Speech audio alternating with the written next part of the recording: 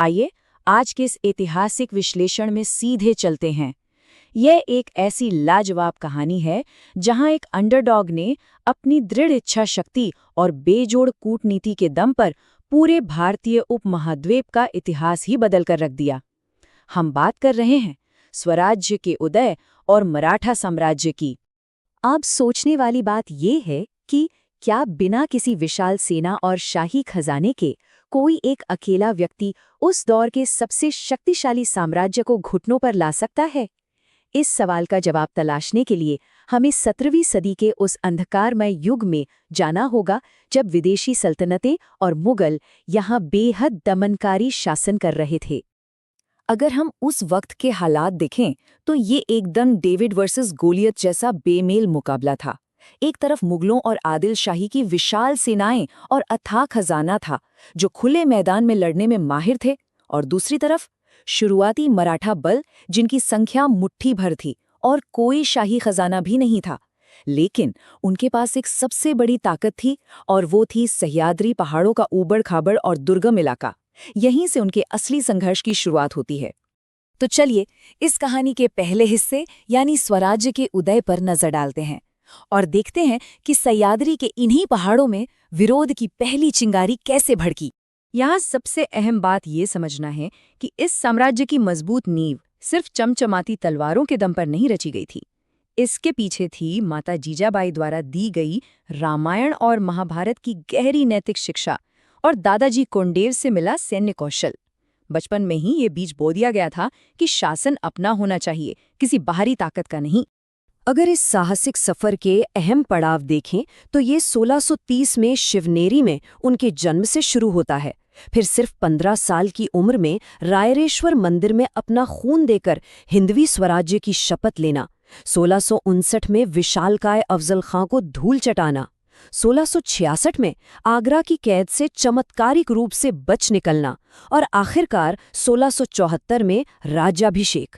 ये सिर्फ तारीखें नहीं हैं, ये शून्य से शिखर तक पहुंचने का एक पूरा सफर है। लेकिन इस सफर में बहुत कुछ खोना भी पड़ा। गढ़ आला पण सिंह गेला, यानी गढ़ आया लेकिन सिंह गया। ये बेहद भावुक कर देने वाले शब्द छत्रपति शिवाजी महाराज ने तब कहे थे जब उनके सबसे करीबी और वीर साथी तानाजी मालुसरे ने सिंहगढ़ किले को जीतने के लिए अपने प्राणों की आहुति दे दी थी। ये दर्शाता है कि स्वराज्य सिर्फ एक राजा का नहीं बल्कि आम लोगों के असंख्य बलिदानों का नतीजा था। अब इसके दूसरे पहलू पर आते हैं, उनका अदम्य साहस और ऐसी युद्ध नीतियां जिन्होंने दुश्मनों के होश उड़ा दिए थे। जैसे 1659 में अफजल खान के साथ हुई उस मशहूर मुठभेड़ को ही ले लीजिए। ये मनोवैज्ञानिक युद्ध का एक पूरा मास्टर क्लास है। पहले डरने का नाटक करके दुश्मन को उसकी सुरक्षित जगह से बाहर निकालना, फिर कपड़ों के नीचे चिलखत यानी छिपा हुआ कवच और हाथों में वागनक पहनना। और जब अफजल खान ने धोखे से गले मिलकर वार किया तो उस पर अचानक घातक पलटवार करना। खुद से कहीं ज्यादा ताकतवर दुश्मन को हराने के लिए दिमाग का ऐसा इस्तेमाल वाकई बेजोड़ था। उनकी ये रणनीतिक प्रतिभा यहीं नहीं रुकी। घने जंगलों में बिजली की तेजी से किए जाने वाले छापामार युद्ध उनकी पहचान बन गए थे। लाल महल में शाहिस्ता खान पर किया गया वो अचानक रात का हमला तो याद ही होगा, जिसने उसके होश उड़ा दिए और उसकी 3 उंगलियां तक काट दी थीं। और इन सब के पीछे था बहिरजी नाइक के नेतृत्व में काम करने वाला एक शानदार गुप्तचर नेटवर्क। इन्हीं छापामार नीतियों की वजह से उन्होंने भारी भरकम सेनाओं को पूरी तरह से दिशाहीन कर दिया था। और 1666 का आगरा पलायन, वो तो आधुनिक इतिहास की सबसे बड़ी थ्रिलर कहानियों में से एक है। नजरबंद होने पर एक गंभीर बीमारी का नाटक करना, गरीबों को मिठाई के बड़े बड़े टोकरे बांटने का सिलसिला शुरू करना और आखिर में उन्हीं टोकरों में छुपकर मौत के मुंह से निकल आना। ये साबित करता है कि एक शांत और तेज दिमाग सम्राट औरंगजेब द्वारा बिछाए गए सबसे नामुमकिन जालों को भी तोड़ सकता है। ये तो हुई युद्ध और कूटनीति की बात, लेकिन इस कहानी का अगला पड़ाव एक योद्धा से आगे बढ़कर एक दूरदर्शी शासक को समझना है। तारीख थी 6 जून 1674, जब रायगढ़ के दुर्ग पर गागा भट्ट द्वारा ऐतिहासिक राज्याभिषेक किया गया। ये कोई मामूली समारोह नहीं था। करीब 300 सालों के विदेशी प्रभुत्व के बाद इसने कानूनी और धार्मिक रूप से एक पूर्ण स्वतंत्र स्वदेशी राज्य की स्थापना की। उन्होंने छत्रपति की उपाधि धारण की, एक नया पंचांग शुरू किया और यहाँ तक कि अपने सोने के सिक्के भी जारी किए।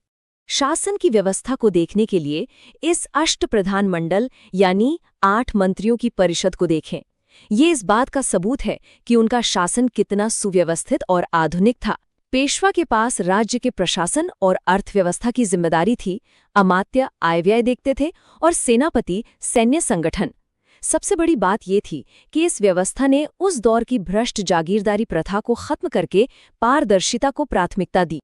उनकी एक सोच थी, जिसके पास समुद्र है उसी के पास शक्ति है। ये एक बेहद शक्तिशाली और दूरदर्शी विचार था, जिसकी वजह से भारतीय नौसेना की नींव रखी गई।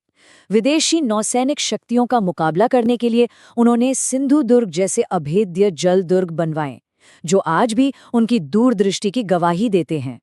उनकी प्रगतिशील नीतियां अपने समय से वाकई बहुत आगे थीं।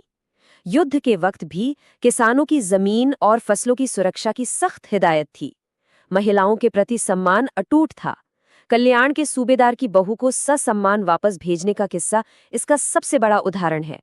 इसके अलावा दक्षिण दिग्विजय के जरिए जिंजी जैसे किलों पर अधिकार करना और राज्य व्यवहार कोष बनाकर स्थानीय भाषाओं को पुनर्जीवित करना, इन कदमों ने आम लोगों के दिलों में एक ऐसी जगह बनाई जो हमेशा के लिए अमर हो गई।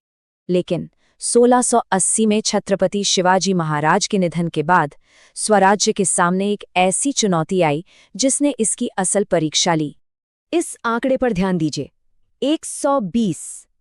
ये उन युद्धों की चौंकाने वाली संख्या है जो उनके उत्तराधिकारी छत्रपति संभाजी महाराज ने कई शक्तिशाली साम्राज्यों के खिलाफ एक साथ लड़े थे। और सबसे हैरान करने वाली बात तो ये है कि वो इनमें से एक भी युद्ध नहीं हारे थे। फिर आया 1689 का साल और उसके साथ ही आया सर्वोच्च बलिदान। औरंगजेब द्वारा बंदी बनाए जाने पर अपने स्वराज्य और अपने धर्म को छोड़ने के बजाय संभाजी महाराज ने मौत और अकल्पनीय यातना को चुना। लेकिन इस क्रूर कृत्य ने मराठों के हौसले को तोड़ने के बजाय पूरे विरोध को एक ऐसे भयंकर विकेंद्रीकृत युद्ध में बदल दिया जिसे अब आम जनता लड़ रही थी।